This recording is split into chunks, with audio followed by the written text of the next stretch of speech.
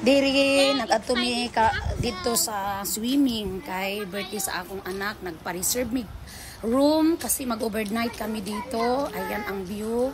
So ang ganda ng mga views, no. Ayan, ito yung room na nakuha namin, room 5. Dahil mag-overnight kami hanggang bukas. So ngayon guys, busy talaga ako ngayon. Kaya hindi ako nakapag-upload kanina ng video dahil nagpa-reserve kami. Ayan yung room namin guys. So ang ganda niya, no. Grabe ang ganda. Dito yan sa Monte Ricci ngayon. Nagpunta pa kami ng Gaisano dahil mamimili kami ng aming lulutuin. Ayan guys, ang pinamili namin, no. Dami niya, no. Tagaktak naman ang pera natin ngayon guys. Ngayon, dito. Tapos kami namili sa Gaisano. Ayan, umuwi na ako sa bahay dahil paalis na kami nito. Ayan, nakaprepare na kami mag-swimming. Mag-swimming kami ngayon, mga friends.